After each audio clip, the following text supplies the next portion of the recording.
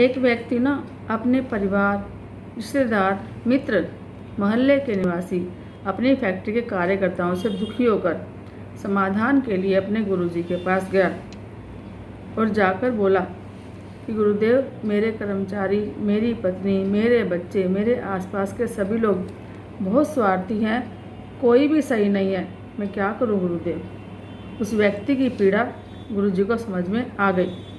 वे मुस्कुराए और बोले, पुत्र, निस्संदेह तुम्हारी समस्या बहुत गंभीर है। तुम आज रात मेरे आश्रम में ही रहो। मैं रात्रि में मंथन करूँगा और सुबह तुम्हें समाधान बताऊँगा। उस व्यक्ति को अपने गुरु पर अटूट विश्वास था।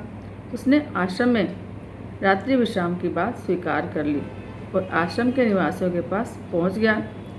अब भोर की पूजा अर्चना के बाद अपने दूसरे शिष्यों की समस्या निपटाकर गुरुजी ने अंत में उस व्यक्ति को बुलाया। एक रात आश्रम में बिताने का अनुभव वह व्यक्ति गुरु को बताने से अपने आप को रोक नहीं पाया और बोला, गुरुदेव, आपके आश्रम में भी स्वार्थियों ने डेरा डाल रखा है।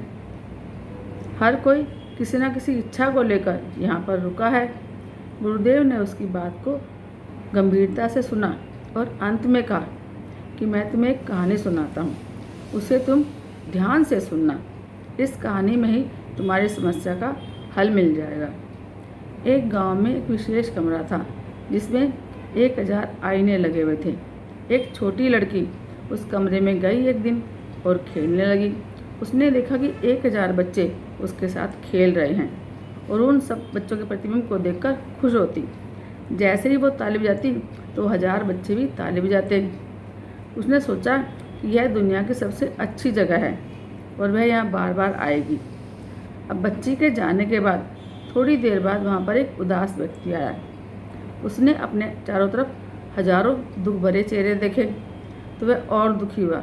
उसने हाथ उठाकर धक्का मारना चाहा तो उसने देखा कि 1000 हाथ उसको धक्का मार रहे हैं। उसने कहा, यह दुनिया की सबसे बुरी जगह है, वह यहाँ दोबारा कभी नहीं आएगा और वह वहाँ से चला गया। अब कहानी का सार ये है कि ठीक उसी तरह यह दुनिया एक कमरा है जिसमें हजारों शीशे लगे हैं। जो कुछ भी हमारे अंदर भरा है ना, वही प्रकृति हमें लौटाती है।